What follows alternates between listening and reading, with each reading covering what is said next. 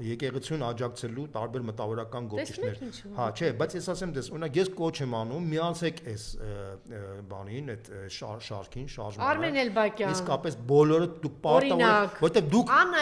պաշտպանելով եկեղեցուն, դուք պաշտպանելու եք Հայաստանը, դուք պաշտպանելու եք այլասերումից մեր երկիրը, դուք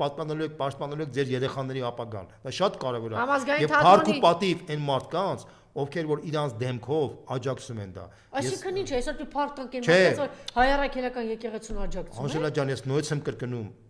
այո, փառք եմ տալի, որովհետև ցավոք սրտի մենք քանդված հասարակության մեջ ենք։ Եվ եթե ամեն մարդ կարողանում է առանց վախենալու ելնի իր խոսքով աջակցի, դա արդեն հերոսություն է։ Ցավոք սրտի դա իրականություն է։ Օրինակ Արմեն Խանդիկյանն էլ բան չունի կորցնելու են, հեռացրեցին իրեն դրամատիկական թատրոնից, թող խոսի Հրաչյան, թող խոսի համազգային թատրոնի ղեկավար է Նարինեն Գրիգորյան, Արցախում հայրենիք կորցրած մարդ է, Նարին է։ Դե վեր կաց ասա, ես ոչ չեմ ասում Ռուբեն Բաբայան սորոսական չգիտեմ, այ դրանցից է, այ սրանցից է, սր խոսում է։ Հիմա վեհապարի չէ, դրանից առաջ որ խոսում էր, այդ կերպարներն են կամ մատենադարանի որ մենք պետք է ստեղծենք բարոյահոգեբանական այնպեսի մթնոլորտ, որպեսզի մտավորականը ամանչի չխոսալ